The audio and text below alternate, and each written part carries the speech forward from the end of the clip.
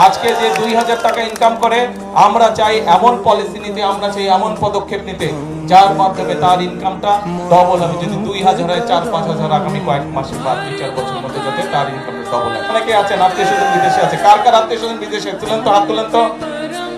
এই যে অনেক মানুষের আত্মীয় স্বজন বিদেশে, আত্মীয় স্বজনের সাথে যখন কথা হয় ওরা বলে না বিদেশের দেশগুলো অনেক সুন্দর, বলে গল্প শুনুন না ওদের কাছে, ভাই ওদের দেশটা যদি সুন্দর হয়, ওকে জিন ভূতে এসে দেশ বানায় দিয়ে গেছে, ওদের দেশে ওই দেশের মানুষই তো দেশ সুন্দর করেছে, করেছে না?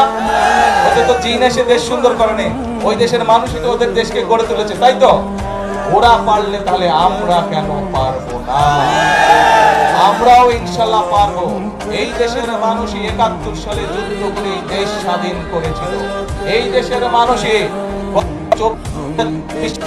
আন্দোলনের মাধ্যমে এই দেশের ছাত্র জনতা এই দেশ থেকে স্বৈরাচার বিদায় করেছিল। কাজেই এই দেশের মানুষই শহীদ দেওয়ার সময় এই খাল খননের মাধ্যমে, পানি সরবরাহ করার মাধ্যমে এই দেশ থেকে খাদ্য উৎপাদন দ্বিগুণ করে দেশ থেকে বিদেশে খাদ্য রপ্তানি করেছিল।